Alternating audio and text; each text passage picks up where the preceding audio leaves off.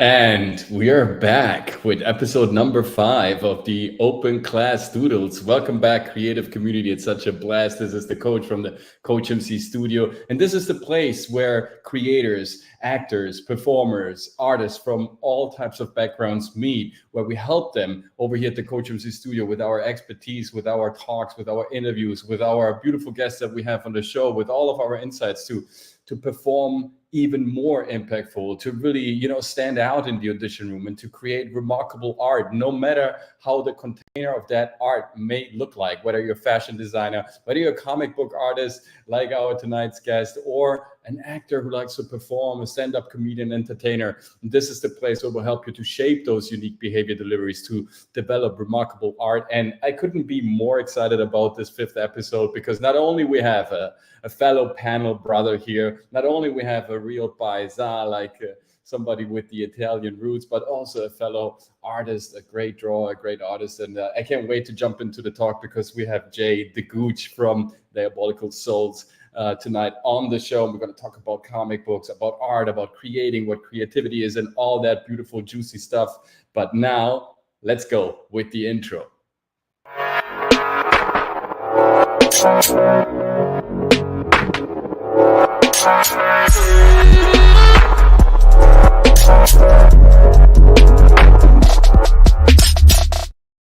Yeah, like I told you guys, tonight we have a special guest. I couldn't be more excited. Episode 5 is going to be a blast. And watch out for next Tuesday, after this week. Next Tuesday, there's going to be Dragon Slayer commentaries on the show, where we're going to explore the Open Class Doodle about Greek mythology. Next Thursday, we're going to have a beautiful full immersion into our program as well. And there's, of course, also our beautiful acting alphabet coming up in the next couple of weeks. We're going to resume that beautiful series. And on Saturdays, you can catch us always on Saturday Night Hypnosis with this fellow over here. Welcome, Jay the Gooch, aka the Persian Man, to the show. Yo, what's up there, brother? What's up, how are you? Thank you for having me on. I appreciate you inviting me. You are a fellow paisan. I love, hanging out with you on Saturday Night Hypnosis. Had you on my channel. Great discussion. Yeah, and I'm looking forward to tonight. Actually, everything was born there. I mean, it was born a bit before that, but we kind of we found out that we haven't enough time to talk about our stuff on Saturday Night Hypnosis, because 7 other panel members are always like destroying the chat and the show, which is absolutely great. But I came over to your channel. By all means, jump to Diabolical Souls channel and check out his content, subscribe to his beautiful channel, and to all of this great endeavors that he practices over there. But also, rewatch our show, because we talked about some really, really interesting stuff. It was a great conversation, man, brother. Thank you so much. And I knew I had to do this with you when I discovered that you are a fellow artist and a great drawer. And you got the lines, man. You got the look at this. Oh, they're already tuning in. Hey, cannoli. Yo, paisan, it's greasy in here. It's greasy in here. It's very greasy. It's olive oil and garlic all over the place. I was also in Cannoli's Sasquatch, beautiful program. Make sure to check that out as well. We're gonna hang out throughout the year, guys. Creative community. We're gonna hang out throughout the year, whether it's with Cannoli or with this beautiful fellow over here. We're gonna have a lot of fun throughout the year. We're gonna cross pollute our channels and share a lot of content together. I'm sure about that, because we kind of found our little crazy Italian madness corner, and I can't wait to kind of dive deeper in all of our beautiful topics. But first and foremost, man, thanks for taking your time. But I want to know, because to me, art is the ultimate right expression. I mean, this is the Open Class Doodle, where we create those tactical doodles for success, where I show sort of my expertise, my reflections, my notes, everything that I've kind of analyzed. But I also show like current stuff and drawings. This all happens to inspire the creative community out there, our creative communities, to kind of, search for new ideas, search for creative input, and express yourself in whatever ways. Because, we're going to talk about this, but also, like, right away, this could be also an answer or like question for you. Like, Isn't that like the ultimate catalyst against everything that's bad and toxic in our head that is going on? Of course, besides love and taking care of your diet and all these things, like being creative and focusing hardcore on creating something remarkable. Yeah. There's a lot to it. Like I started very young, just as a way to express myself. It's the same thing with any kind of martial arts, just getting involved and it's people look at it as self-defense or, learning how to fight and everything. I don't look at it that way. I never really looked at it that way. I always looked at it as Bruce Lee said it the best, is like self-expression through the body. Like you're learning from your opponents, you're learning how to use your body and challenge yourself. And it's the same thing with art. It's, you're learning how to, make these lines and how to make this image in your mind, onto paper or onto, the computer, whatever you're using. And I love it. It's been great for my mind. It's helped me through my personal struggles doing art. So I totally agree. And I say this also on Saturday Night Hypnosis, that everybody who wants to join the creative community over here at the COACHMC studio, it's whether you don't necessarily need to be an actor in order to kind of find drawings and art fascinating, and vice versa. Right. You don't need to be like a drawer or a painter to find acting fascinating. We can, cross pollute from all these arts, from all these other disciplines as well. Right. I feel like we are way too isolated and way too specified sometimes in our own broth, in our own soup, instead of just trying other soups and other broths out as well, to kind of get inspired by new nuances, new tastes, new colors, new flavors. But let me ask you first, how did it happen to you? When did you kind of discover this vein of yours? Take us back on memory lane a little bit and explain how you got also to the channel and where all this creative madness of yours is coming from. This is where I do thank my parents a lot, because my mom was like, she loves movies. She really, really loves movies. And that was her getaway space from, the mundane world and everything that's going on around it. And my dad loved movies as well, but he also loved photography and art and, and stuff like that. So I remember vivid memories of like my dad reading books to us when we were really little and making sounds of all the characters, like in the Jungle Book and all the 101 Dalmatians. And I remember looking at the images and saying, oh, I want to create that. And then seeing like Disney at a very young age and Sesame Street at a very young age. And I was like, I want to do that. I want to create those kind of things. And then I got into comic books when I was a teenager, and that just opened up my world big time. Getting introduced to John Byrne and Chris Claremont and Frank Miller and all these legends, Todd McFarlane, all these legends, right? And it was such a I was drawing all the time. I was drawing Wolverine. I was drawing Nightcrawler. I was constantly drawing. I was drawing on my walls in the basement. I was like using paints and doing, on my walls. Like I painted my walls all white and then started doing, urban art on my walls. I did like the hockey teams, and then I started doing like some other things and like heavy metal logos and stuff like that. But how old were you in this phase? I was always involved in some kind of, art. Like I would say like since I'd maybe, since I was like grade 1, grade 2, like I remember even doing a book, Mr. Fast, and I would sit there, yo, Sassy, what's up? Hey, what's up, Sassy? I would do Mr. Speed, and I drew like a man running, I did a book. We had to do these books, and we had to create a story in it, and I was taking my time drawing, and then I started drawing. My dad was helping me draw a bison, and I remember all these things in my life that like I kind of just gravitated to, just like it just pulled me in.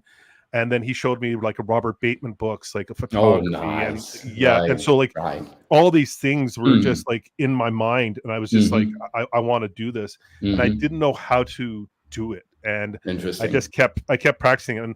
And then my parents bought me a drafting table, and then beautiful. I really started drawing, and then I got into. Were you also out in the yard, like hanging with some boys? I was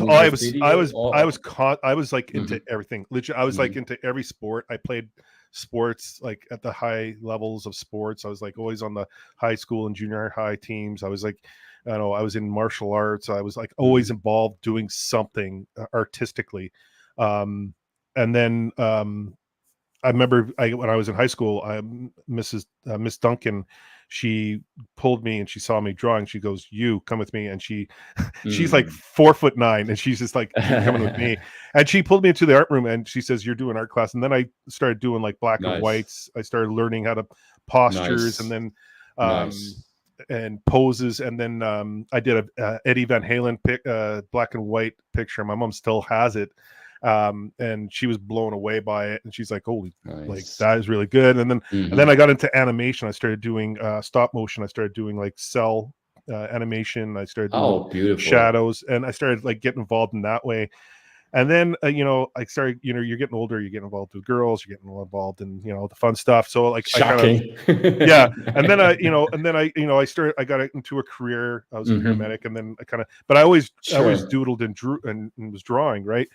And then I was in I've had a history of a lot of concussions. Like, as a kid, the concussions didn't exist when I was young. You just get up and you kept going. Yes, especially with football and hockey and boxing and all that kind of stuff.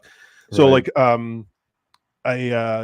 got into couple severe car accidents, and one guy T-boned me, and I worked out. I was a pretty big guy, right? And one guy T-boned me so hard that it rolled onto another vehicle, and I had a brain shear, where I was bleeding the brain, and I had a torn neck muscles and back muscles.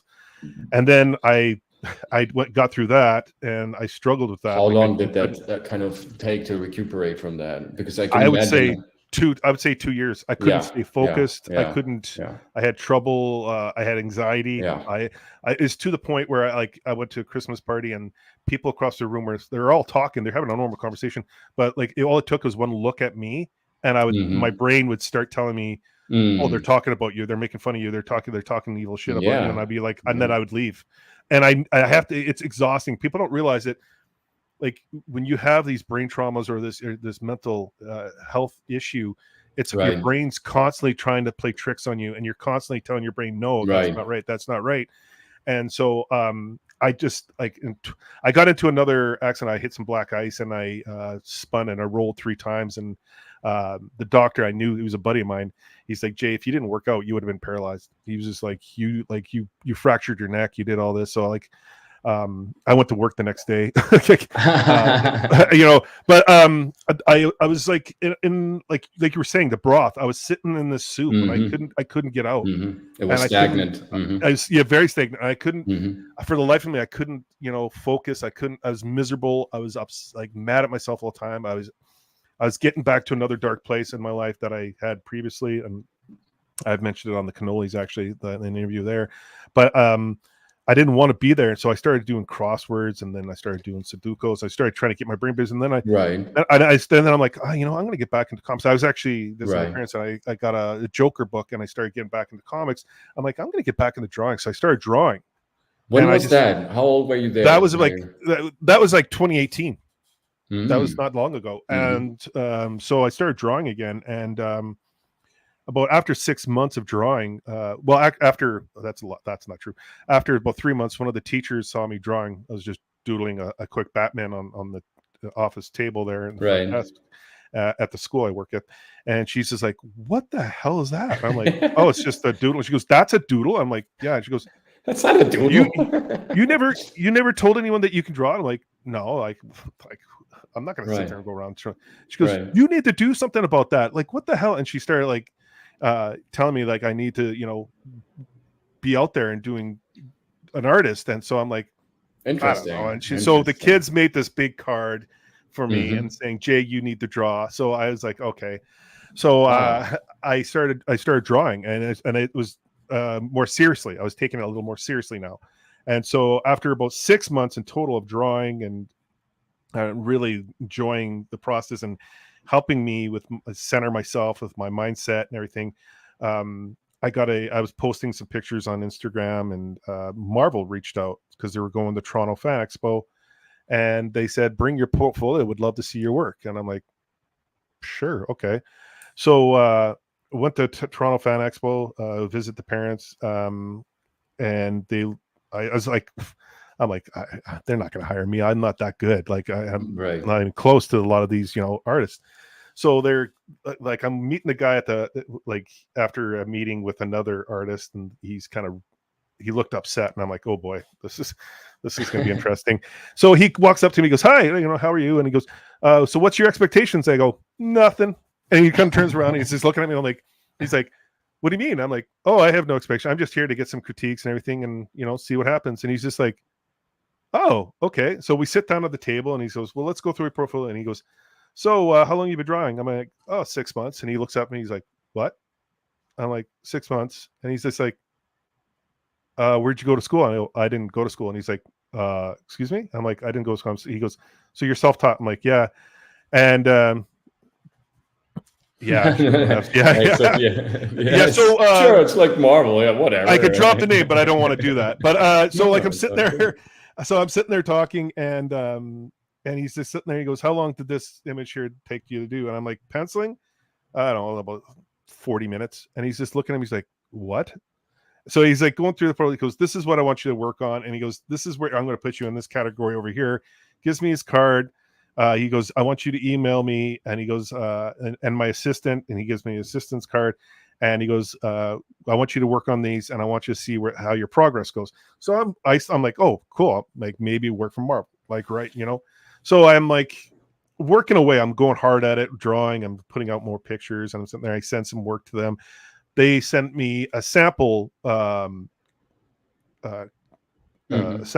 script. Sample script of Deadpool. So I am like, oh, okay. So I started reading the sample. I would break pencils out of nervosity. What do you want to do? Yeah. So I'm looking at the script, and I'm sitting there, and I'm starting to draw, and I'm just like, I'm not into this. I can't. This script sucks. I don't care for the script. And I'm like, I'm not ready. I'm not ready to put this pressure on myself. I'm just like, I don't know if I want to do this. And then I sent an email back after a couple months, and I just like, you know what? I still want to improve. Thank you so much for everything. But if you have smaller projects or even some minor, covers, which I know you probably would never hire me for a cover, but keep me in mind. I'd love to do them. So I said, because I wanted to do something on my own. So I started writing my own comic, and it had about 13, 14 pages scripted. I have this great story that I want to tell. And then I met someone, and he, through a friend, and then he asked me to do some artwork for him, and we created this business and everything like that. And I did this comic for him. And then I couldn't be with that individual anymore, because I was doing 99% of the work. So I was just like, I'm not doing this anymore. Yeah, I know productions like that. I need to break away, and he can do his thing. He can have this and this, and I'll do my thing. So I broke away, and I'm like, I'm going to focus on my book now. I really so I'm focusing on the book I'm doing. I'm focusing on my channel. I'm focusing on the things that I really enjoy. And it's been great. I've been meeting incredible people. I've met like you, the guys in Hypnosis, the Cannolis, Copa, Joe Sontag, Sean Aaron, Kayla. Kayla's been phenomenal. Zach, like there's so many people out there. Like if I forget someone, I apologize. Like Platoon, just like amazing people. Cynic, like just there's a lot of people that I've met, and they've just been amazing. And even a lot of the people that I've interviewed have been incredible. Like I have nothing negative to say about them. What they do outside, my circle is on them, but they've been great to me. I'd like to keep those relationships. And we all love Jay. It's impossible not to love the Persian man. No, it's okay. Yeah. And by the way, guys on Facebook and on Instagram watching the stream right now from your channels, thank you so much for being there. But also hop over to my YouTube channel, the COACHMC Studio. Leave us a like, subscribe. Join us over here with the discussion, and so you can question everything and ask Jay and me whatever you want to ask. So come over also, guys. I just want to say, like, Cannoli is like a brother. Like, he's a great guy. I love Cannoli and Sassy and Copa and Vex. Vex is another one. Like, they're amazing people, and I'm thankful that they're in my life. I always have to say something about them because they're great people. So but yeah, like that's kind of me in a very, very quick nutshell, how I got to where I am now. And I got so many questions. Fire away, buddy. So, because it's really interesting, right? I mean, I've experienced something similar. I said no to some major, networks and productions, because to me, my personal development of my art and the liberty was more important, with mixed results. I'm not saying that I had super results always, and that the money was exactly that I was earning on my own as a freelancer, that than the money that the network would offer me, or that the money that the network was ready to kind of give me. But I'm not going to say that. But liberty is just it's just the ultimate luxury. And if you have like time for yourself, and I want to know how that kind of translates to you. So is that like ultimately what the artist actually strives for, to just develop himself? It's not, I mean, of course the jobs are important, you have to make ends meet, money is great because it also shows you the appreciation, but you clearly chose like a path that is a bit more complicated, I would say, less mainstream, less orthodox. Where did this wish for liberty come from, and ultimately what did it provide for you as an artist? That's a loaded question. You said I had questions. Damn. Are you doing this purposely because I hit you with some questions? It's just a compensation. Well, for me, it's and I can say this now as I'm older, but it's about internal happiness, and you gotta strive to become a better person, and look for things that you thoroughly enjoy.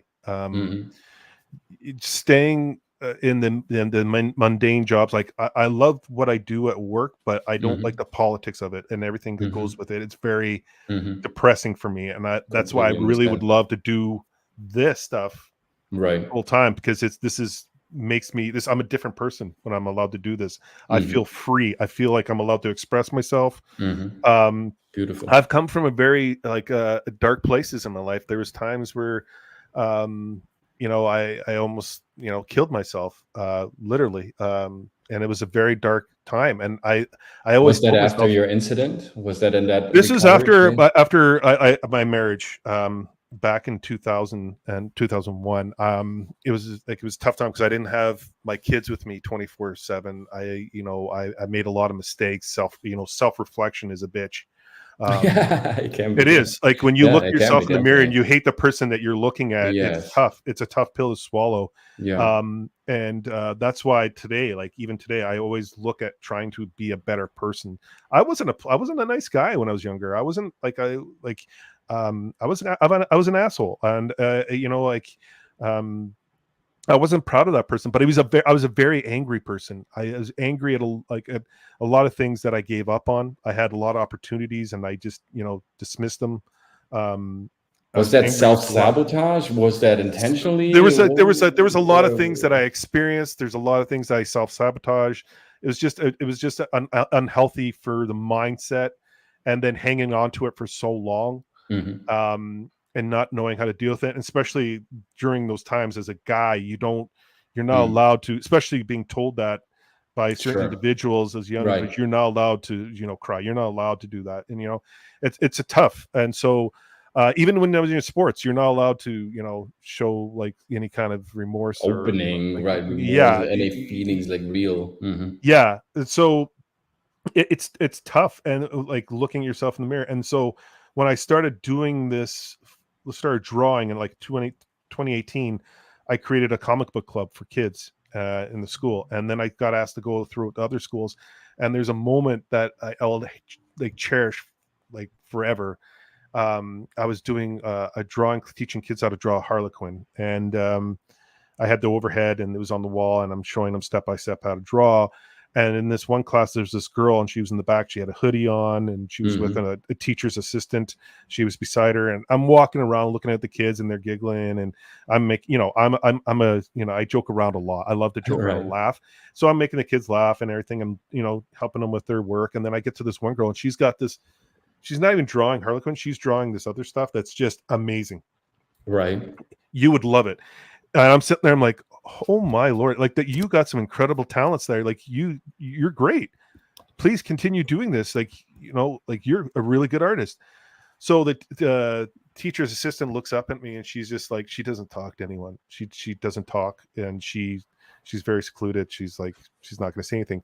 I'm like, oh, okay. So I, give her space because I work with at-risk youth. I know, right? So I'm going around. I finished the class. So the teacher assistant comes up to me. She goes, she actually wants to share her book with you later on, her artwork. And I'm like, absolutely. I'll be drawing headshots for the kids at around 2:00. So I'm drawing headshots for these kids. There's a big lineup of kids, wanting me to draw all these characters. Of course. And this girl walks up, and I always get choked up telling the story, so I'm trying to set myself up here. But this girl, she comes over, and the TA goes, she wants to, and the girl pulls on her. She goes, "Do you want to look at my artwork?" And I'm like, "Yeah." And I'm looking through it, and I'm like praising her. I'm like, "This is incredible." I'm like, "Please don't stop. Like, please don't." And she's like showing me everything. She's like talking. She's so happy because we're both relating to something, right? And she's just smiling. And then this is the tough part for me. The teacher's assistant starts bawling. And I'm like, don't do that. Don't do that. I'm going to start crying. So then I'm looking over, and then the principal and vice principal are crying, and teachers are, I'm like, what are you guys doing? Please don't, like, you're going to make me cry. So yeah, I know this is a tough story for me, because like it's a moment for me where I reached out to one person, and that's always this girl, like, she comes from a tough life, and she got to express herself, and someone could relate to her. So that was the most special moment I could have. And so from what I hear, she's still drawing, she's still loving art, she's doing it full time. Oh my god, like I hate telling that story. That's beautiful, man. A real like, man shows his well, yeah, I know, but like I always try not to. I try to bottle it, but like I remember that story. Like I love that story so much, because it affected me, because I was like, I wish I could have expressed it more when I was a kid, but I didn't. I held back, and this girl opened up to me and said, here's my world, this is what I do, and I embraced it and said, you're incredible. And I told her, please, whatever you do, please keep drawing for the world to see. So it was a beautiful moment. And other schools started asking me to come in and telling my story about mental health and drawing, and it was it's tough. And so getting back to what I was saying, like, looking at yourself and trying to find that internal happiness is for me the ultimate. So first of all, thank you for the story, man. This is really good stuff. I feel like this is where art kind of sets us free, where art allows us to cross the borders of whatever ridiculous political or systematical assumption we make of what a civilization, a society, a culture should look like, because that's all BS. Because in the end, what matters is quality, is ideas, is creativity, and connecting with each other. And I've made many similar experiences to yours, like where you see first on myself, but also when you travel and you see people being creative and communicating. Maybe they don't find a common language, but they find creativity as being the catalyst for their communication. And now they can act, they can draw, all these beautiful conventions, game cons, role-playing game conventions, like free theater, improv conventions, all that. I mean, all these beautiful gatherings, they help us to kind of, like you said, also understanding our own values and kind of seeing others, growing as well, and relating to that, helping them, supporting them. But where does this, because you don't, like, listening to your story, your upbringing, your childhood, it doesn't strike me that you've been an abandoned kid or a kid that wasn't supported. No, my parents, like, we were, I would say, like a middle class family, like low middle class or middle class. Right. I don't know the financials, but we always had food. Like I always had friends. I always had tons of friends. But like there's other things that I witnessed growing up and I saw even when I was older, being involved with a lot of stuff that I shouldn't be around or have seen, or it was very dark periods, and you think you're doing something to belong in a certain group, or just to feel special for that moment. But it's wrong. It's wrong. So I mean, those memories haunt you. Like they get into your brain, and it's just like, why did you do that? Like, why are you becoming this person? And it's like drinking alcohol or doing drugs. Yeah. It's, it's bad for you, but you're going to do it anyway because it's a depressant. It feeds that. It's a fuel for that. Yes, because it helps that getaway. suppressing, Yeah. right, the creative faculty that you have So I inside. mean, like there's things that like I didn't tell my parents or my mom, like the things that I saw, things that you when you're a Sure. teenager, you see. Yeah. I got in a lot of like fights and stuff like that because I didn't know how to deal with my anger or like that. But like when you get to a certain age and you realize like stop being an asshole. You have a good heart. You got a good soul. I say You amen gotta to that. gotta let it go, and you got to get back to what you love. And I started getting back to it, and it it took like these injuries to open up my eyes. Like, I could have sat there and played victim. I could have sat there and said, of course, like, oh, look at me, I got a fractured twins, neck. Right? You got twins, and the one is super successful, the other one is broke and homeless, and they all blame their father for their development. Yeah, I don't blame anyone. I blame myself for a lot of things that I knew I could have said something or just walked away or whatever the case, but I beat myself up a lot. But Gooch, the universe is perfect. I mean, you did what you did because you had to do it in order to become the person that you are today. Otherwise, it would have been a different road. And you know what? I mean, it sounds so grand and whatever, but I talked about this actually yesterday with another great artist and a dear friend of mine who lives on the West Coast. In California, and he was like, I'm meeting these people, but I'm just low class, and compared to them, they're high class. And what is like, well, what do you mean by that? What is low and high class? Yeah, they're working in finance, they have money, but it's like, and you are an artist, so that means you don't have any class, because the artist isn't attached to whatever political symptom, whatever agenda, whatever reality-based type of system that runs. He's attached to no class, like he has no attachment. He's a class on its own, and he needs his own development to get there in order to inspire people. So that we are court jesters. We are fools. We're showing our heart. We're showing our emotions. And of course, that stuff takes time. It's not something that you can develop immediately. It's not a job with a specific regulation or something like that. You have to follow a procedure that will give you a determined result. No, you don't know the result as an artist. Every artist has its own crazy path.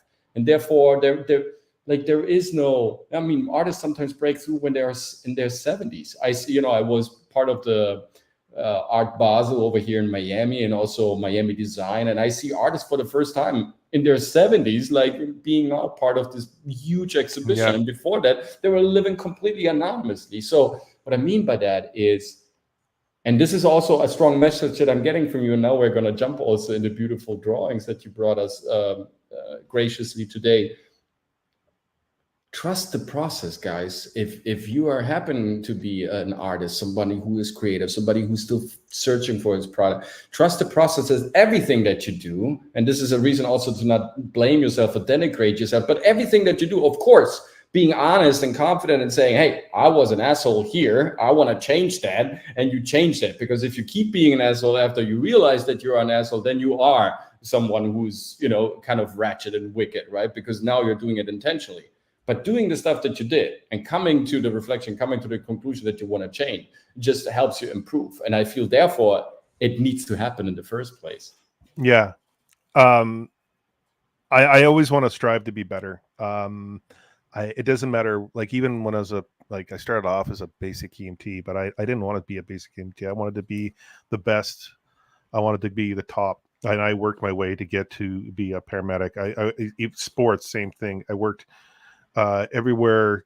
Like, doesn't matter what I'm doing, I always wanted to be better. To me, it was always a competition in my mind. And not get angry at the individual that's beating me. It's like learning off of them.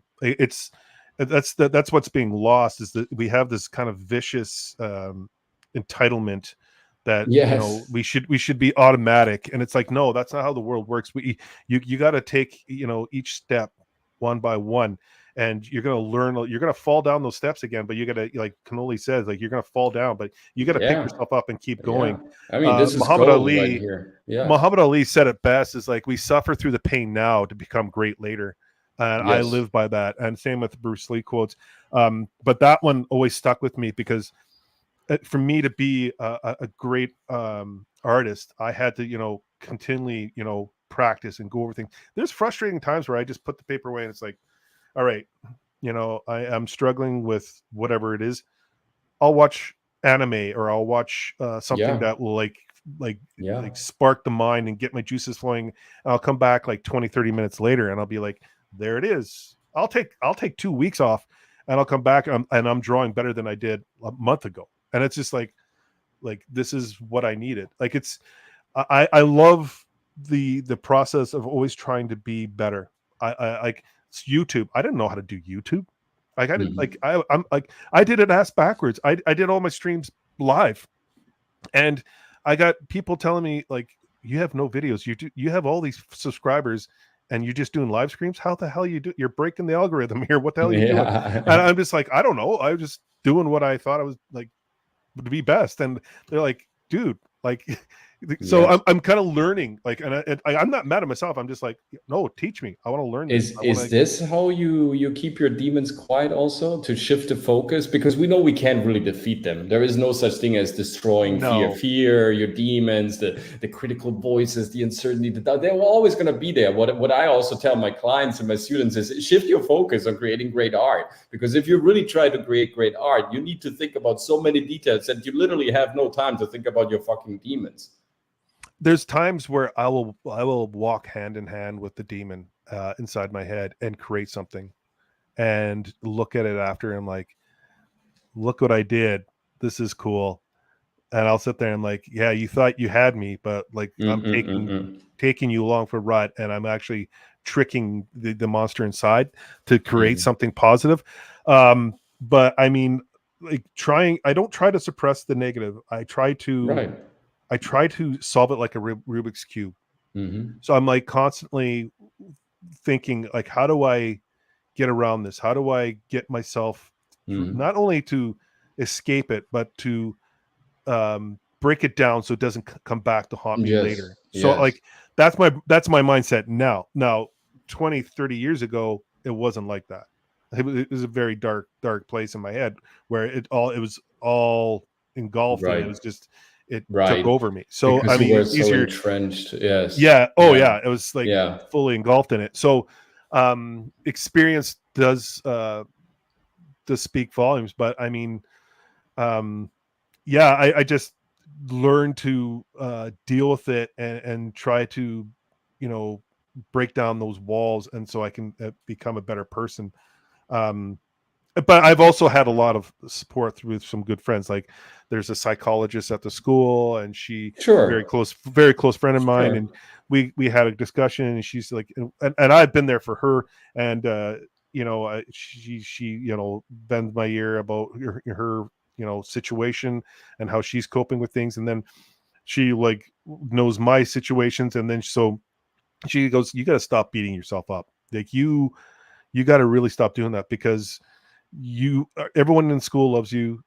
Everyone like around that meets you loves you. So, like, the sensitive but I don't like hearing that. That's the thing. You want it, but you don't like to hear it. I knew exactly where you want to go with this, because that's the thing. Sensitive people, smart people that recognize and realize a lot, they of course process more information. I'm not saying the one is better than the other. But the thing is that we actually do. We have a lot of stuff that goes around in our head that we sometimes look at and then we discard. Sometimes we analyze a bit closer.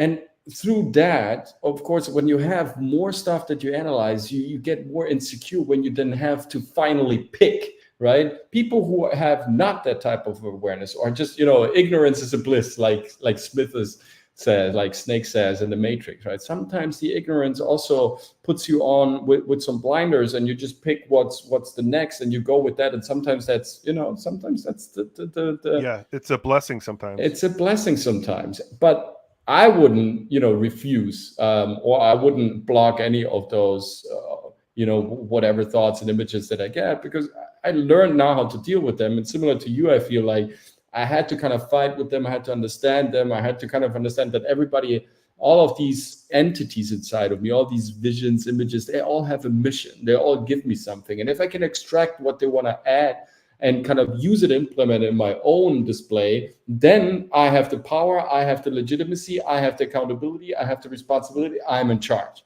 If I leave it up to them how to decide on what to do, and if I let myself throw in back and forth, then I'm flippering all over the place, then I'm not in control anymore. Mm-hmm. Yeah, exactly. Then I'm not present anymore. And speaking of present, but it's your pride and your ego and other things get involved. It's amazing how many things inside your soul and in your head that can sit there and steer you a different direction. It's how you rein them in. It really is. Like, to me, I choose to be humble. If I'm big, I'm small, I don't care. I always say, I'm a small little minnow in a huge ocean, and I don't care. I'm happy that way. When it comes to talking to people, I don't care what walks of life you're from. I will just sit down and have a conversation with you. Yes. And I found in my past, talking to the people, I don't judge a book by its cover, but you talk to the people that are living the hardest life at that moment, have the best stories and have the best information to give you, and I cherish those moments. So let me just, all this is similar, like in my masterclasses, before we actually start with the nitty-gritty with the content, I always love to have these preambles, these prologues, to kind of set the metaphorical mood, set the resonance, where we're going with all this, before we actually, because we're living in this age of gratification, instant validation. I want to see something immediately, I Google it and I see it, right? But first we need to understand where the artist is coming from, what we have to discuss here, what are our motives, our roots, our motivators. And this is why I love this so-called introductory interview so much, because it gives us exactly what we need in order to understand your art also a bit better. And therefore, people on Facebook, people on Instagram, come over to the YouTube channel, smash the like button for this value proposition today, and let's enjoy some of the art the Gooch has brought us today. I'm gonna start. Yeah, that's one of my originals. Yeah, the Alien. That's one of my originals that I did way back when. Oh man, the funny thing is, why I picked this, and you will tell me a little bit about it in a second, is I was a street artist for a while, painting like literally on the street. And one of my jobs that saved my life back in the days, quite literally, because it brought me some money, was this death metal, speed metal band that asked me to kind of illustrate their music cassettes, right? And because I was drawing some Giger stuff as well, I was highly fascinated by the Alien, and so the Alien got me some serious money back then in Frankfurt, which helped me a lot to kind of make it through. And that's why I saw the Alien here. It's like, okay, let's talk about the Alien, because the Alien is like, this is one of those demons that we have inside, right? It kind of stands for that darkness and for that predator. Yeah, it's one of my favorite movies of all time, Alien and Aliens. It's just look at this, what a great story. And so I just had I was fooling around. That was like one of my first, I'm looking at it, I'm like, oh man, when was this? Now. I mean, that was back in, I want to say 2018. Nice. Is this what type of ink are you using? Is this Copics? That is I use 3H. I use a hard lead. Sometimes a 2H, and then now I'll use a 3H, and then I'll go over it with a 2B and darken and render and shade.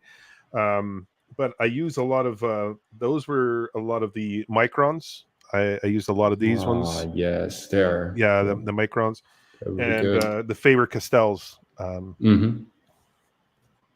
Really nice, man. Lovely, lovely, beautiful impact. Such a scary creature. I've worked with Ridley Scott, and I think this is also one of my favorite movies. And I can imagine, like, if you meet Ridley, he's such a nice guy. He talks about wine. He's very laid back, and then he created such a horror monster vision. It's pretty incredible. Is because we talked about this as well. Is somehow also the drawing process, like when I look at your image, like let's say let's put another icon here. Oh, Darth. Yeah. Is it also digesting? Is it digesting the world? Is it digesting your thoughts? I mean, why all these dark entities? I love the villains in movies. I've always gravitated to villains in the movies. I think the antagonists always have a darker side, and I feel like I can relate to it. In a way, I don't know what it was. When I was 5 or 6, I remember I got a Darth Vader action figure for Christmas, and I loved it. I absolutely loved it. I think I thought it was the coolest. And him and Han Solo were cool. And I remember the opening scene. I put it in one of my intros that I have for my channel. Darth Vader coming in on the original Star Wars coming out. You first meet Darth Vader. That was in my mind vividly. I remember seeing that on the big screen and going, holy shit, that is amazing. So yeah. I love him. I love beautiful, the shadowing, everything. It's nice. It's clean. It's his expression. It's still Darth, right? But with your touch. Let me ask you something, because you kind of you lost drawing a little bit, right, over the time, and then you kind of came back to it. Yeah. Is it because this is what personally happened to me also? Like I realized that I'm a pretty good drawer, and yeah, you are. To me, that's also sort of a responsibility. It's like in the Bible, right? You have talents, and if you don't use them, it's a sin. And so for me, it haunted me always that I am actually pretty good at drawing, but I couldn't do anything else with it instead of just reflecting or just do it for my own sake. I could, sell it on the street, but I never thought that I'm still thinking that I haven't used that potential to its fullest. And was that also a reason for you leaving it a bit for a while, because you felt the responsibility maybe and the pressure, and you felt like I'm not doing anything with it, so I'd rather do something completely else, so I leave this so that it doesn't haunt me? No, I think I think it was more that I was in a whirlpool of life that just kind of pulled me down to this period that I felt like I couldn't escape from. And in order for me to come back up for air, I had to find a way to, swim up to the top. And it was piece by piece, I was doing certain things, like starting to watch movies, starting to get that drive to do something, to work out, to improve my body, take care of myself mentally, physically. I do a clean life, and then the drawing just started happening, where I just I can express myself, and I could do it at home, I could do it anywhere, and it just kind of happened that way. There was nothing other than that I can really explain or jump on but at the moment, but it is. But you know how it is. Like you probably had kind of parallels, but different stories. But right, you're doing things in life, and then all of a sudden something happens, and then you start blaming yourself, and you start punishing yourself, and you start doing things to make it worse. And they just like I said, like you're in this whirlpool of just and you just can't swim out of it. And so when I got out of it, I've never looked back. There's moments where the water starts to turn a little bit, but it's just like, no, let's get out of the water. Let's get out of the water.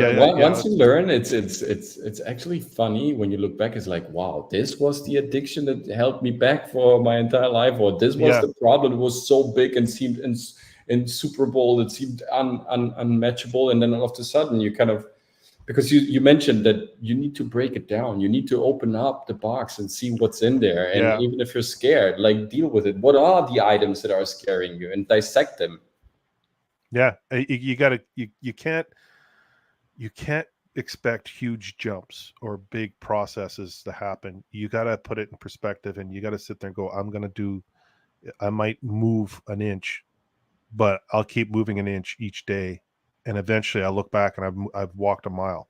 So like I like you gotta keep going at it and improving and having that thought process of I'm going to do something for myself, and eventually I'll get there. And when you get there, you look back and you're like, why was I there to begin with? Like what the hell? Like why couldn't I have done this earlier? And you know, it's life is a funny thing, man. It is.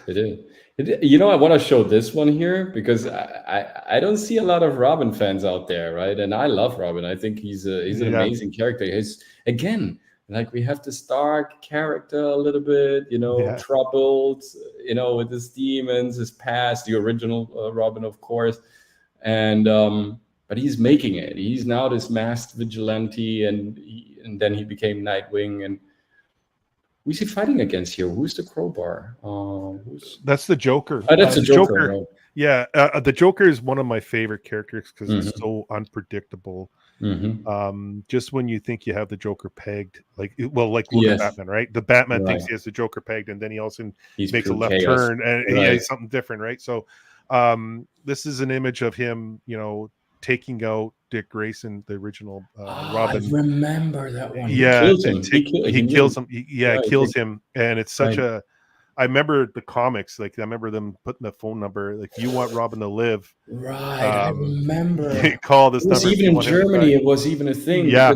Funny thing, a Heffa, that was the biggest editor and the biggest publisher back in the days.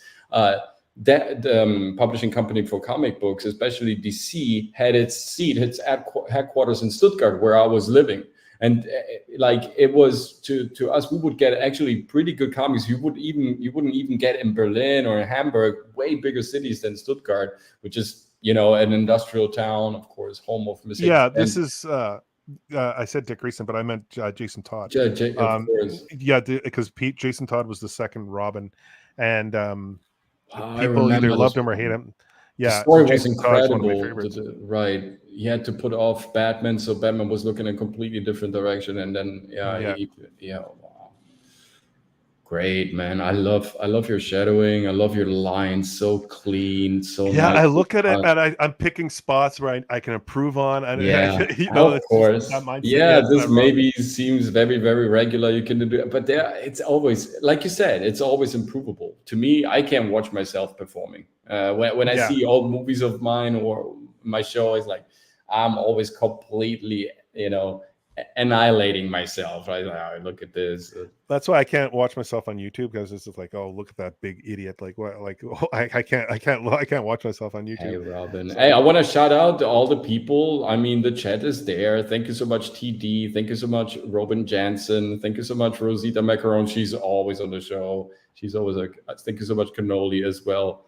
That's some beautiful artwork for sure. It is. Yeah. I mean, everybody over here, also on Instagram and Facebook, thanks so much for stopping by, taking time. Jump to Diabolical Soul's channel as well. Subscribe to his content immediately and then jump back immediately, so you give us a double view. And also, I mean, we will talk about this also, so the pricing and if people can commission some artwork.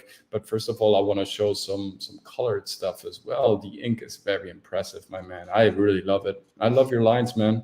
Of course. Yeah. I'm not, I can't take credit for the colors, so I'm putting that there. But I have a good friend. This is Scream from Marvel. Nice. I penciled and inked all this, and my buddy colored it, and really? He worked for DC Comics, and that's super like, scary. Dude. Yes. Yeah, this is great, man. What we got here, Vinsinger, mine are Dick Grayson, Tim Drake. Yeah, I love the Robin characters. Yeah, and the description, the Bat Family. The Bat Family, absolutely. Are you a DC guy, a Marvel guy? I was a Marvel growing up as a kid, because I was into X-Men. I loved X-Men and Alpha Flight, like John Byrne and Chris Claremont. I thought they were, but then Frank Miller did Daredevil, and I was like, oh, this is crazy good. And then he went to DC and did the Batman Returns.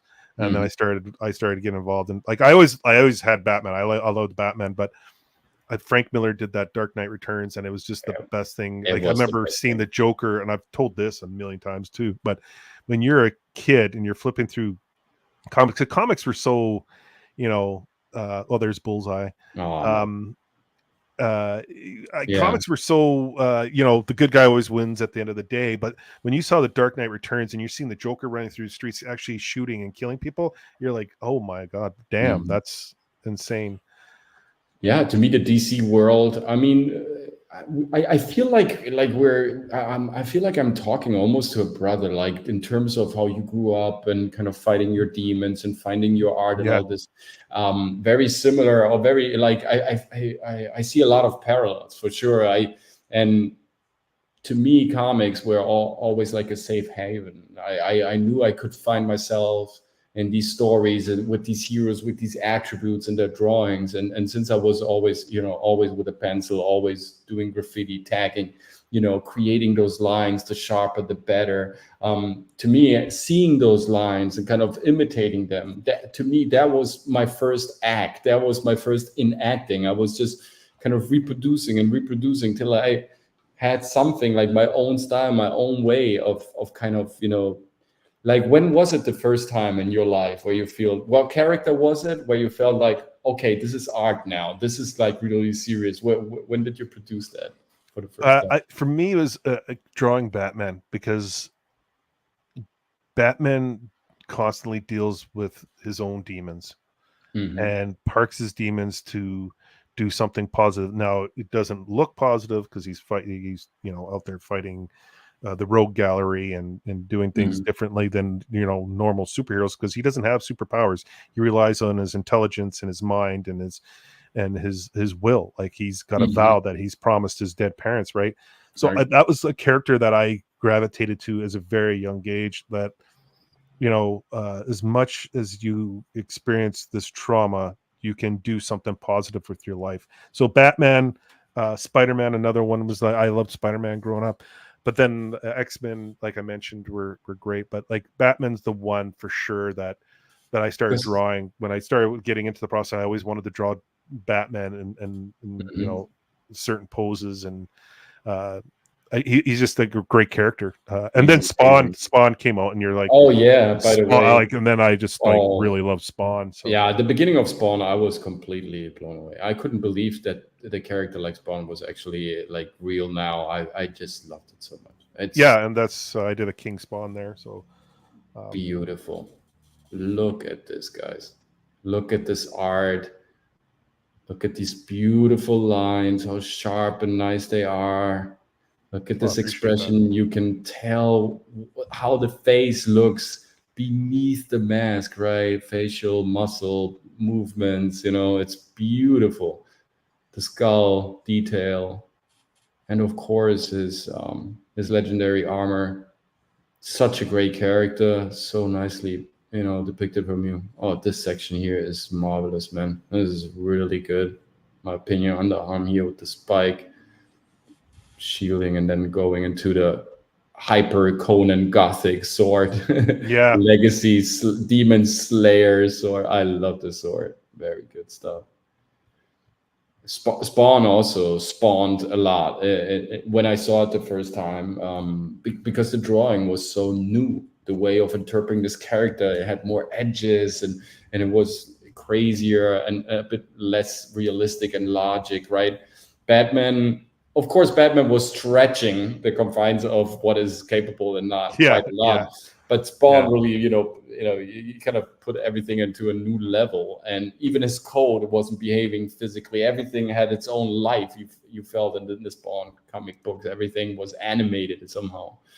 But again, a masked warrior, somebody who is also a researcher, right? We see this theme quite a lot in your life, in your art, how you behave. You ask yourself a lot of questions, maybe too many, but you try to answer them. You try to come up with solutions. You try to put them into shape and form to kind of give them a, because I feel like many people, when they're dealing with this, growing up, finding your way, dealing with your demons, sometimes it's more traumatic, sometimes less. It's not about the intensity. It's that we all have to go through this phase.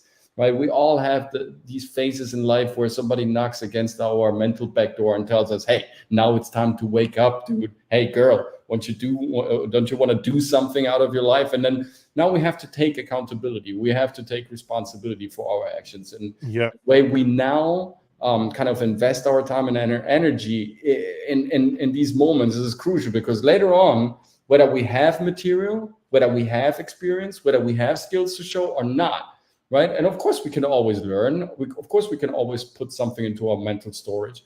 But the later we start, the more difficult it becomes. So when you feel the urge, when you feel like this hunch, when you feel that creative faculty that is knocking against your mental attic and is telling you, hey, do something, and you don't feel like supported by your next environment, by your family, then search for people like us, right? Come over to our channels, ask us questions, like jump to the Saturday Night Hypnosis, see how many creative folks are there shouting at each other. Look for your like favorite artist, and maybe you kind of start sending in messages. You start showing up where other creative people are. There's so many ways, even if you're from a smaller community, smaller town, somewhere from, I don't know, the Midwest or from the countryside, there's always a way on finding a channel where you can start express yourself. Don't hold it back. Don't think you are not good enough or anything. You are good enough to improve.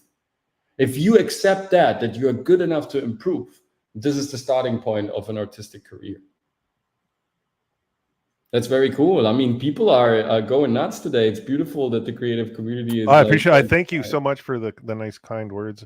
Well, like I even have that tattoo on my arm. Like I'm a huge Rocky fan. Like nice. I even say it's not how hard you hit. It's how hard you get hit and keep moving forward. And I live by that daily. I love that quote, and I just live by it. So. Let me ask you. I mean, of course, you don't have to give us numbers here or anything, but can people order this? How can they find you and like look at this beautiful Wolverine? Oh yeah, that was so early. Like, this is pretty early. I can tell already. Really early. Yeah. When was that? It's a nice. That was like early 2018. And I look at that, I'm like, ugh. He looks a bit like you. Do you know that? He has like, look at this is the Gooch. It's an early Gooch picture. Yeah, I didn't know if I didn't realize I sent you that one. Yeah, it's good, man. So with Wolverine's fun to draw. Wolverine, it's super fun. But yeah, tell the creative community how. You can contact me on Twitter. It's Diabolical Souls Presents or at Devilish Doyle. And if you're interested in a piece, if I can draw and ink one up for you.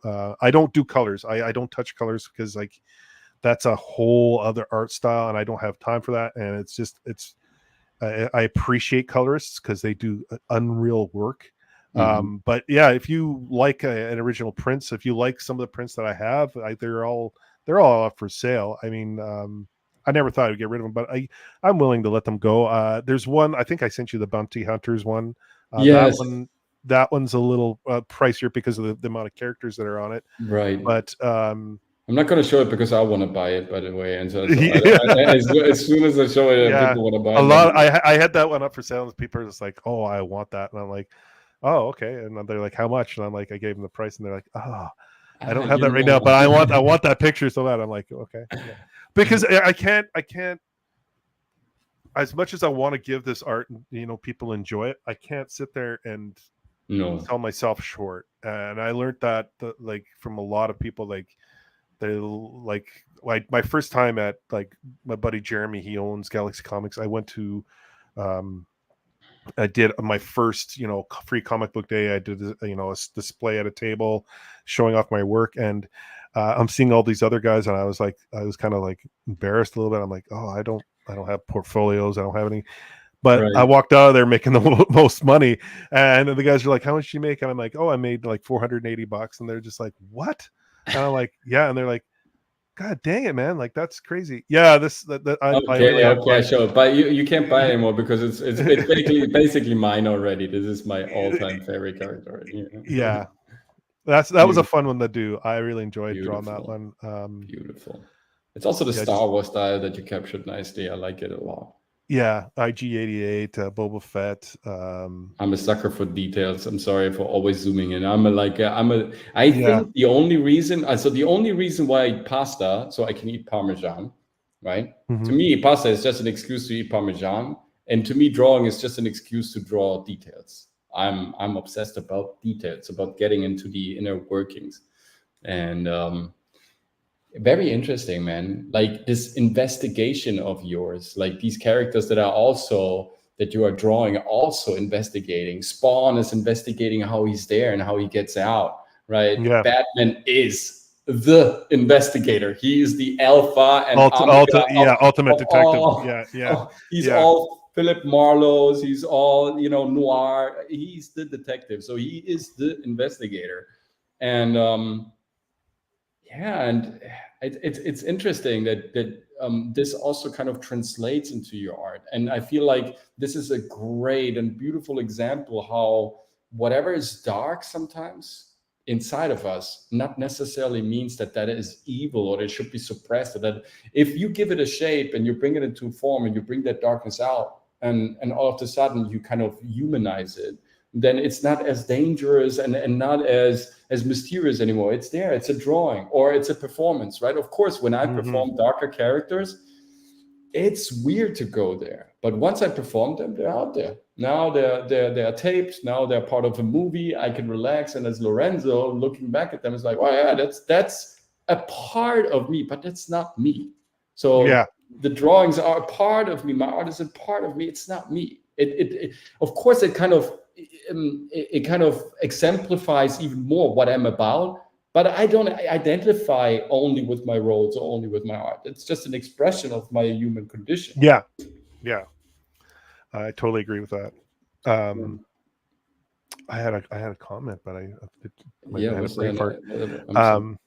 It was I can't remember where I was gonna go with this, but I was going to comment on so you triggered something in my brain. I was just like, I need to say something there.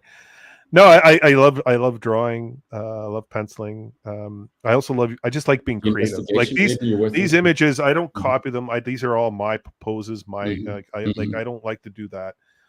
You're not a true artist. I don't like to copy something and sit there and say, oh, look what I did. Like, I couldn't do that. I know what I want to say.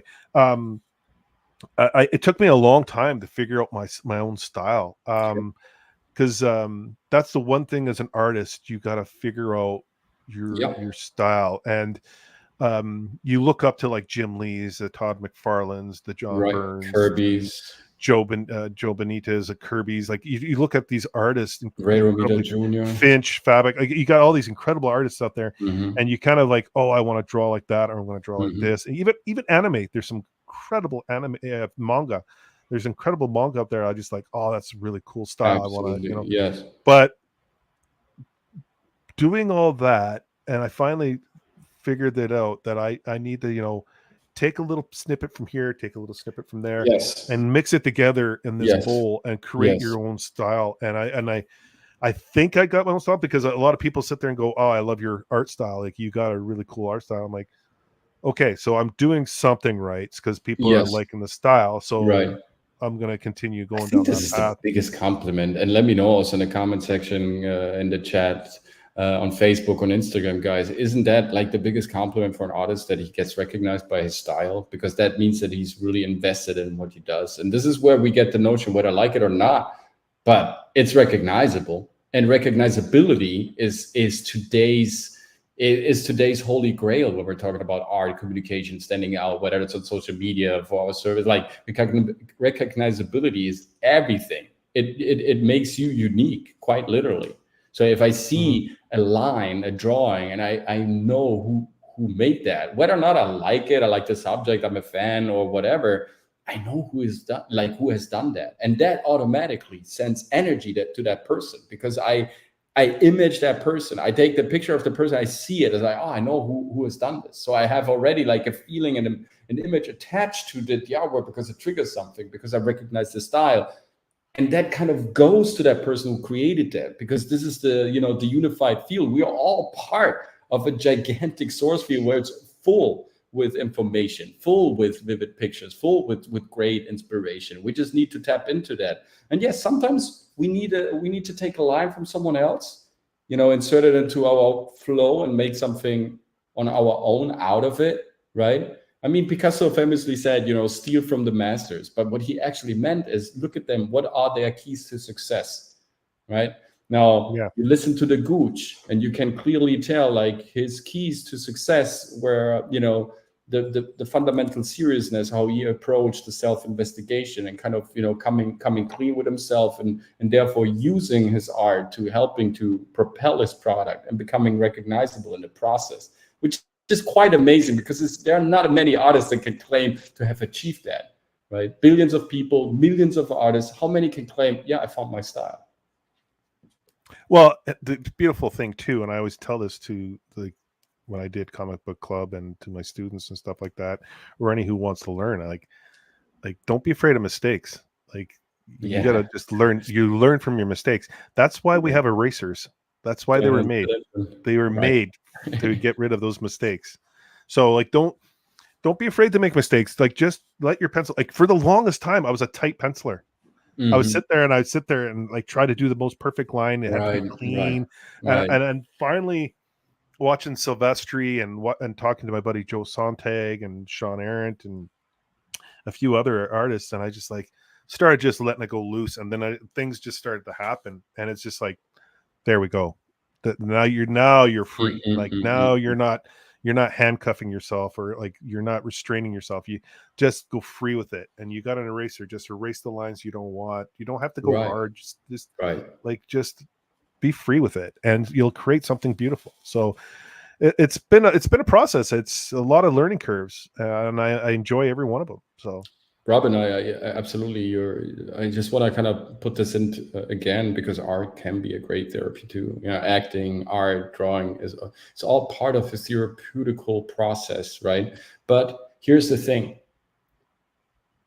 art, in order to be art, needs to be thought of, created, manufactured, and then displayed. If you don't have the courage to show it, then the audience won't perceive it, and therefore it stays as therapy.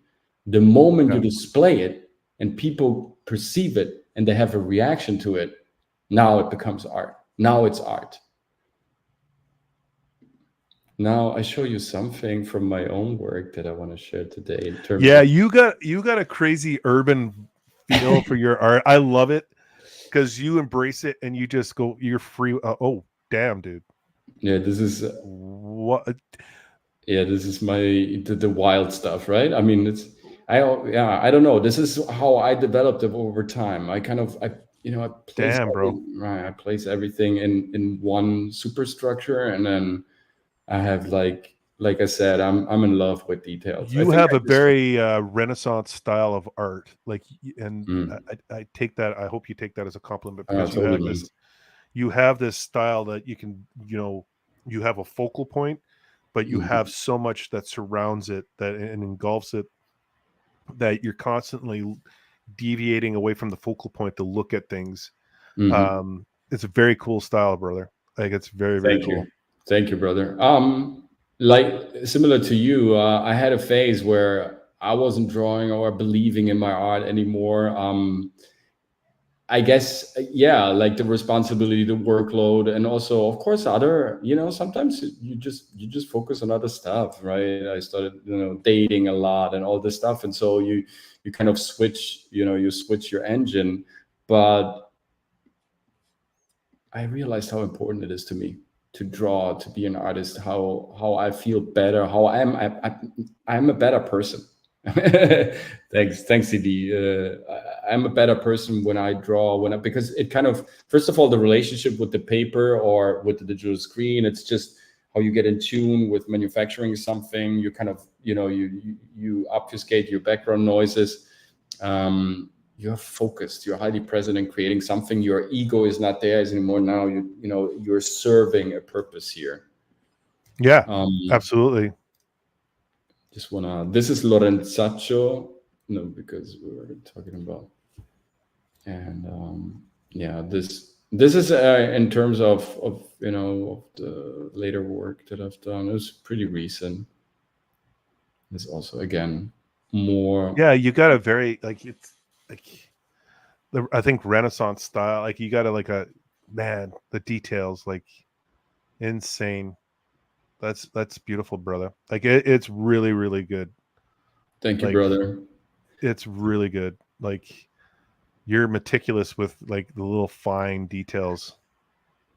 Yeah, you know, this is my way. I mean, of course, if we have Jay here and he's showing off his art, it's like, of course, I have to show off as well. So first of all, that was my thought, but also to kind of to show people, you know, the variety of stuff, how you Absolutely. right. Absolutely. Well, what is a character? What is a scene? What is this? What is that? Like everybody has his interpretation. Like you wanna put everything into whatever container you want, right? You can really create.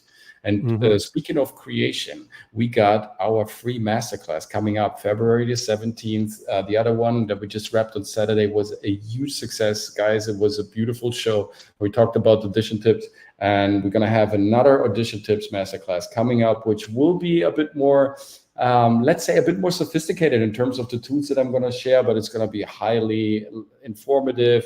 We're going to have the final Q&A. You guys get also to network with each other, with the creative community. So make sure to register on Eventbrite. Links are in the description for the next masterclass. So you can be there and you can ask the questions. Of course, we're going to also have the replay on YouTube, but, you know, being in the zone, being live and performing with me and kind of having the feedback and giving you all the tips that you need right there, all the questions. So make sure to join us there as well. Gooch, man. I mean, I feel like, and I know we're gonna meet a couple of times this year because you have more work to show, right? Oh, I yeah. want to know more about you and about your art, and maybe, I don't know, like one day we're gonna have another nice stream where we're gonna show some other stuff. Oh yeah, you're always welcome on my channel, and Thanks, I love coming on here. You know, and we always Saturday night we always got each other. So, I mean, a great really cast quick, there. Yes, it's fantastic. It's like hanging out with the guys. This is another therapy session of mine, like hanging out with the guys. It's so great to kind of vent. But before we kind of close down, you have another thing besides art, that where you help people, and just talk about that really quick, because I think, you know, it deserves its own forum and its own little chapter of this conversation. I mean, yeah, my job, my actual job, or yeah, you're talking, Oh, I work with, my job is working with at-risk youth, and these kids come from all different types of life, and they come from very traumatic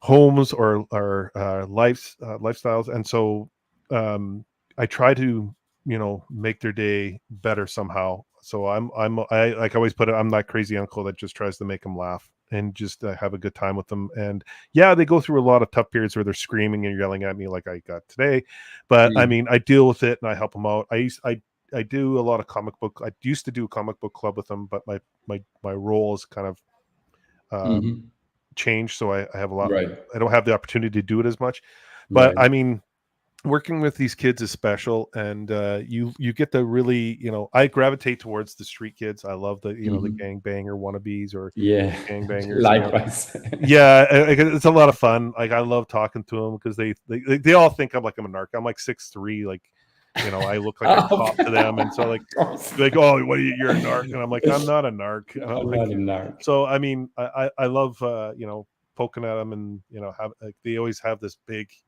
you know, wall up, and they act all tough, and then they come in, they see me, and they're just like, oh yeah, what are you gonna do? Blah, blah, blah.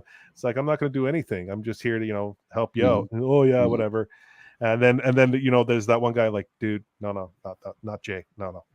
He's no, don't mess with Jay. No. Don't mess with Jay. First of all, he's one of us. Second of all, you're not gonna be one of us. Yeah. So, but we drive our kids too. So I've gone to, you know, to some of these homes, and I've met some of these parents. I met some of them are leaders or the originators of certain gangs here, and so I get out of the car, and the kid's like, no, you don't want to meet my parents. I'm like, I'm like, no, it's all good. They're like, oh, he's like, no, like, are you sure? I'm like, yeah. So I'll walk up, say hey, and they're just like, oh, and like, because they're people, like they everyone knows them as this, this mask that they put on, but they're actually people too. Like they live their lives. Yeah, they may do bad things, but they're still humans, right? So I'll go up and talk to them and just start a conversation and let them How know. do you put down these masks? How do you dismantle them? It's just go up being myself and not not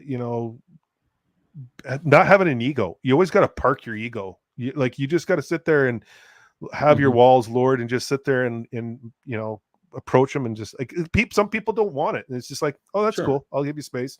But like I be myself. I like to joke around and talk about their son or daughter, and make them feel good that they're doing something positive.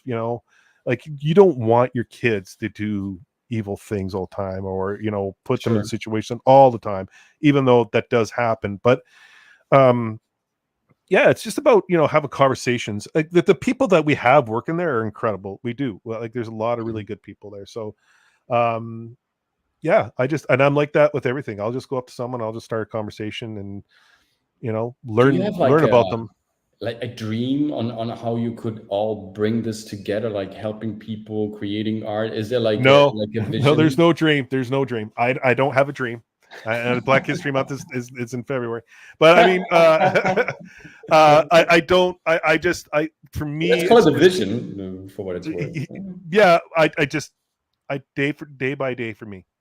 There's days where I have bad days where I don't want to talk to anyone at all, and sometimes my girlfriend will tell you sometimes I'm miserable to live with, but I day by day. But being on here and doing this art and doing these things has helped me a lot, and and helping others stuff, because like I said earlier, like I had a lot of anger issues, and I carried a lot inside, and I beat myself up badly inside my brain. And once you start getting rid of those thoughts and you start working on yourself and start improving, doing things like your internal happiness, your life changes. And but was the environment the thing that triggered your anger? Where did this there's a lot of things.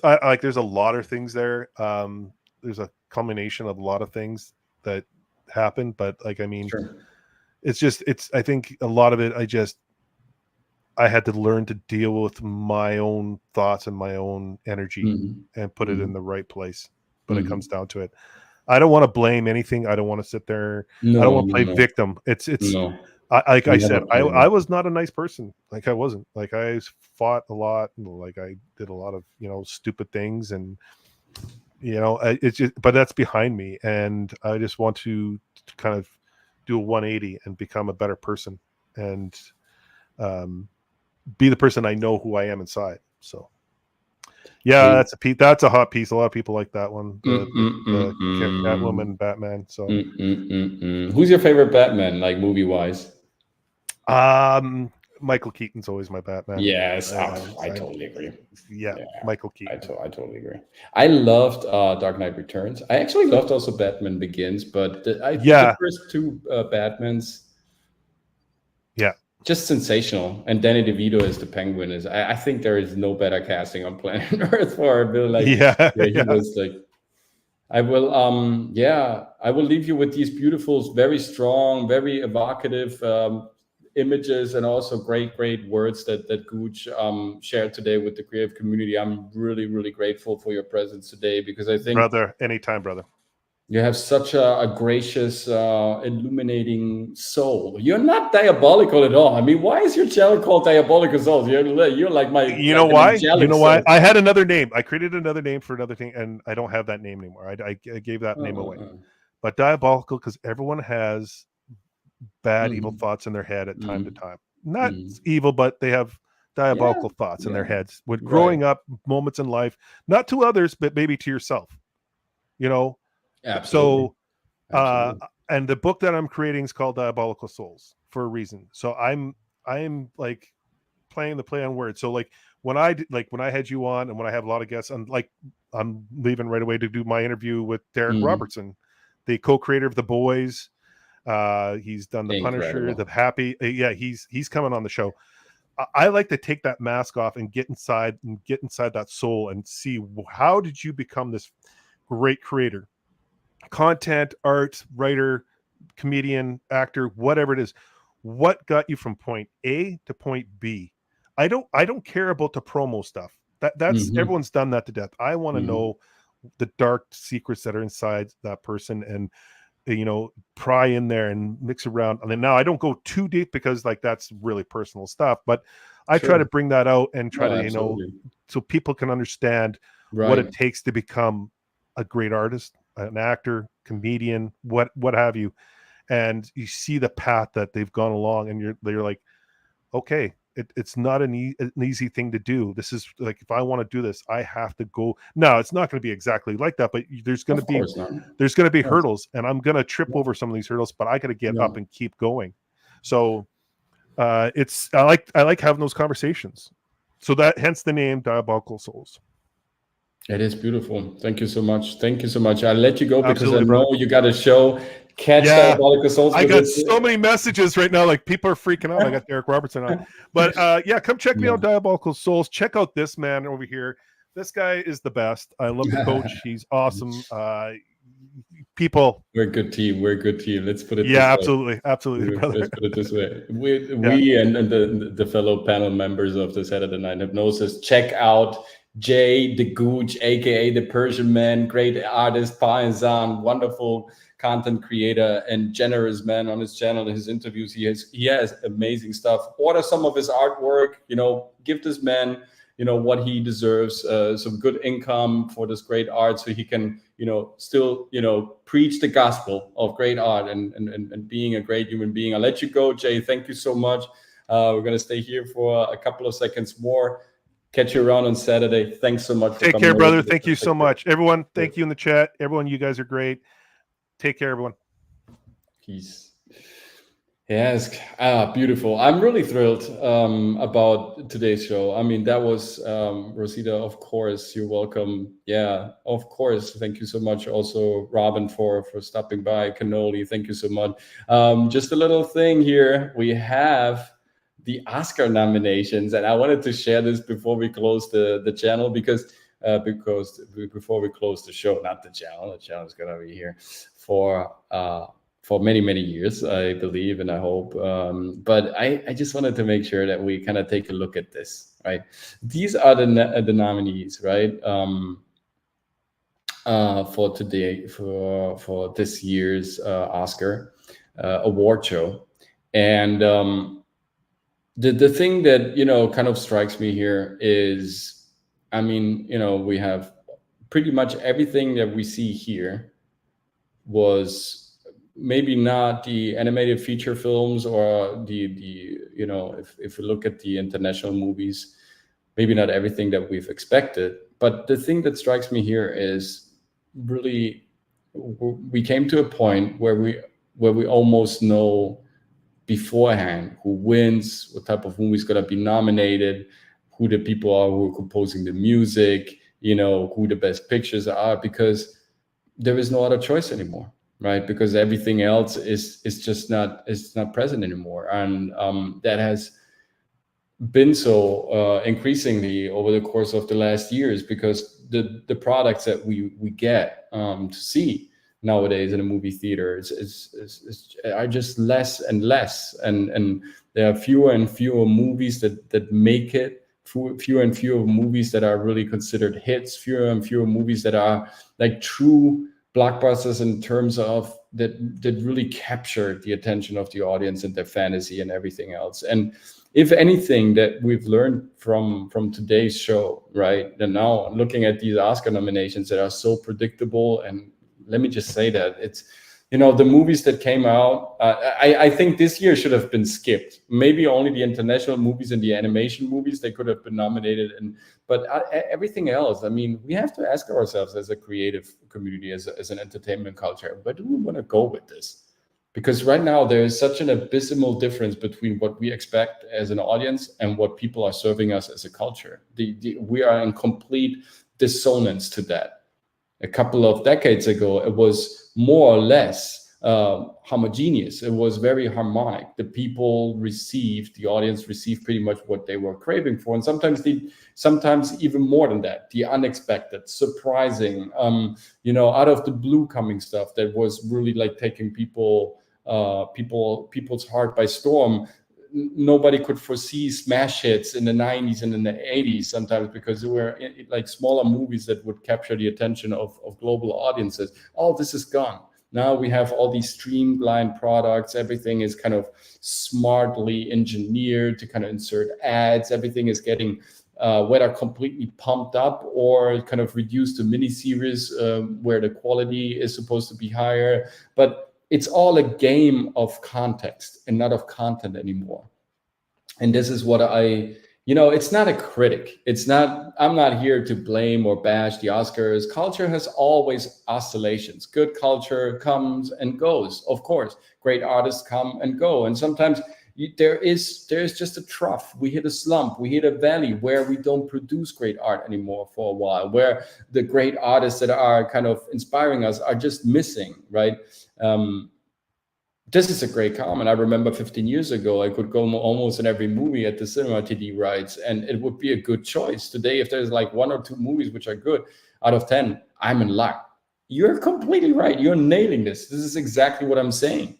I know before I see the list here, I know exactly what they're gonna nominate, and also who's gonna ultimately win, because there's nothing else left. These are the movies. It's of course Barbie, it's Oppenheimer, it's a little bit of this and a little bit of Maestro, and then we take of course the political correct movies into this play, and the international movies also to be correct, and that's pretty much it. And yes, all these people that worked in these movies, I mean, of course I highly respect them. Of course I appreciate their work. Of course I cherish what they've done, because I'm an actor. I grew up on set. I love being on set. I love entertainment industry. But we have to be honest in order to produce great work. We have to be honest and sincere with the output in order to constructively criticize whatever we deem is inconsistent in order to produce better output in the future. If we don't do that, if we don't point these things out as a culture, we fail to do our jobs. As an artist, I was criticized throughout my life, and I still am, right? I mean, throughout my life, I was criticized. This is part of my job. This is how I learn. Sometimes, of course, I take it personal because I'm a human being. Sometimes I'm offended by some comments or whatever the director was telling me. But then in the end, I understand that there is an audience, and the thing that I think is very cool and amazing to watch sometimes just doesn't translate that way for the audience or for the director. And then I have to make some adjustments. This is how we grow personally, spiritually, culturally, professionally, in all circumstances. If we stop with accepting constructive criticism, if we stop giving people a voice, if we stop also thinking in a critical way, in a constructive and sincere way, and sometimes, we exaggerate, we're not angel, we're not saint, but the term that I'm searching for here is integrity. And I feel like most of the stuff that we see nowadays in entertainment culture lacks integrity, lacks that honesty, and lacks that edge that Jay the Gooch delivered today with his amazing drawings, right? Like, this is integrity, and how sincerely he was speaking, from his experience, all the mistakes that he did. This is integrity, because he knows exactly the more sincere he is, the more honest he looks back at his work and his doings and his personality, the better he can develop as an artist. And this is where the true love for the art kind of blossoms up, right? It is what makes art great. It's that ability to be like an integral part of that creation, and not looking at it from that ego perspective and say, this is the product, now you have to love it. It's you. It's always us, right? This is what I say also on our new website. It's readytoperform.com. And so whether you're a public speaker, our brand new course, whether you're an actor, whether you perform an entertainer, it's always you. And we need the most confident, impactful you on stage in front of the camera in the audition room when you're presenting your pitch, right? We always need that person that is remarkable in word handling, in professionalism, in emanating the message and embodying the work and showing that level of artistry. And so therefore, if you like to fulfill your creative mission, then come over to readytoperform.com. Look out for our brand new website. It's a little gem that we've created, brand new videos, brand new program, all fresh, all new, because we feel this year is the year of harvest.